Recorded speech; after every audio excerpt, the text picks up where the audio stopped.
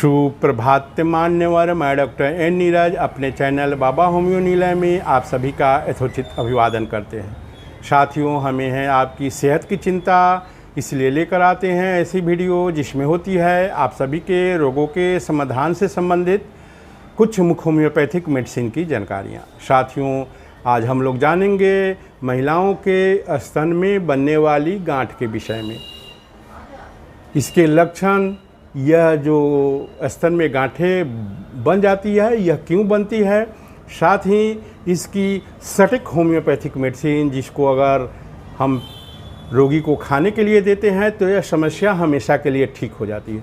मैं आज इस वीडियो में वैसी मेडिसिन बताने वाला हूं जो मैं स्वयं सैकड़ों पेशेंट पर प्रयोग कर चुका हूं, दे चुका हूं और यह लगभग सभी पेशेंट ठीक हो चुके हैं। यह बहुत ही अच्छी मेडिसिन है जो मैं आज इस वीडियो के माध्यम से आज बताने वाला। साथियों, चेस्ट की गांठ को फाइब्रोएडिनोमा के नाम से जाना जाता है, जिसमें ब्रेस्ट के अंदर टिश्यू का विकास हो जाता है। इस स्थिति में महिला के बुक्स के आसपास सूजन और दर्द महसूस होता है। हालांकि यह तकलीफ स्वयं ही ठीक हो जाती है, लेकिन जब यह काफ़ी समय तक बनी रहती है तब हमें सतर्क हो जाने की आवश्यकता है, क्योंकि यह ट्यूमर या कैंसर हो सकता है।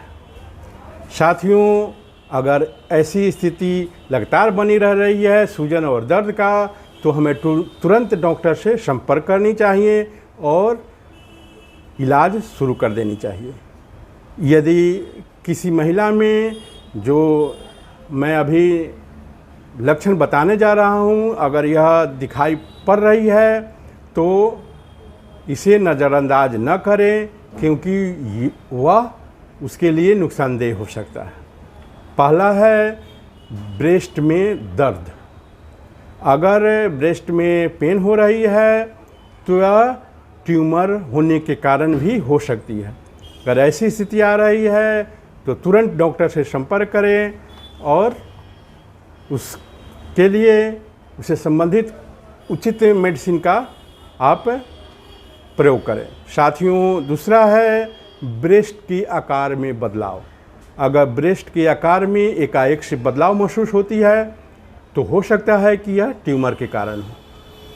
ऐसी स्थिति में भी हमें डॉक्टर से संपर्क करनी चाहिए।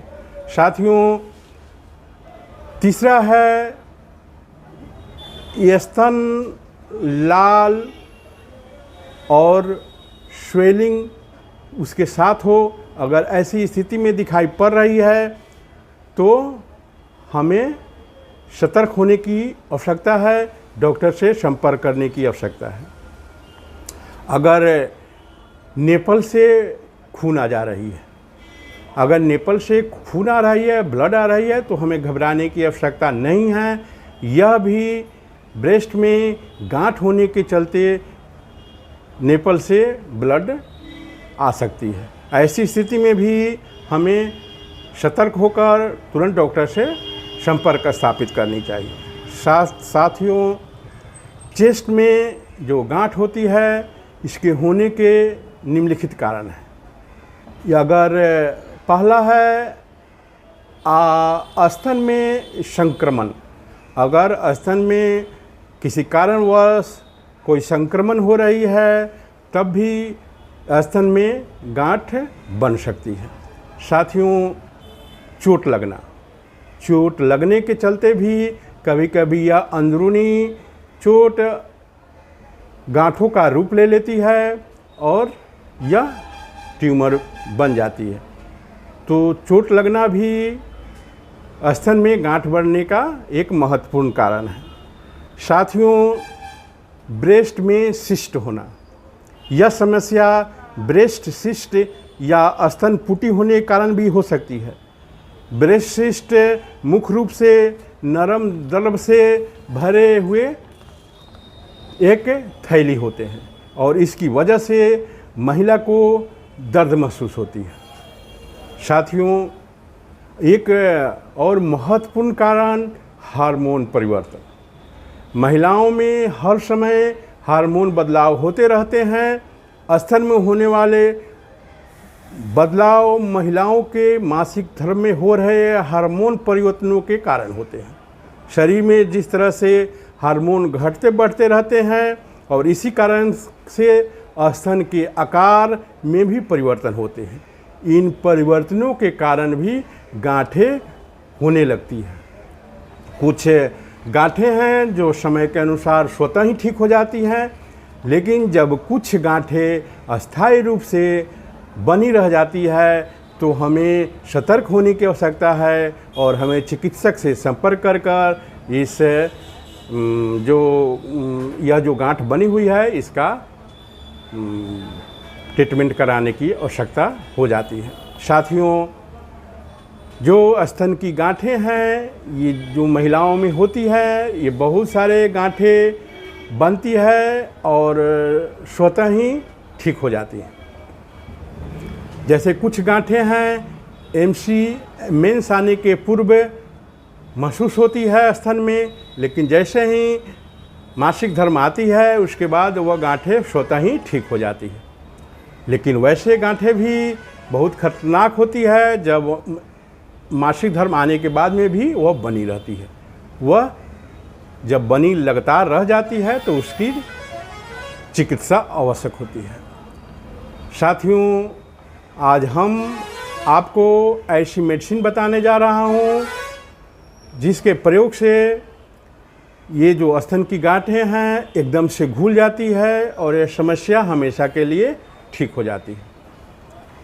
साथियों, आइए जानते हैं उस होम्योपैथिक मेडिसिन के विषय में जिसको अगर हम सिम्टम्स के आधार पर महिला को देते हैं तो एकदम से वो ठीक हो जाएंगे, उनके स्तन की गांठें घुल जाती हैं।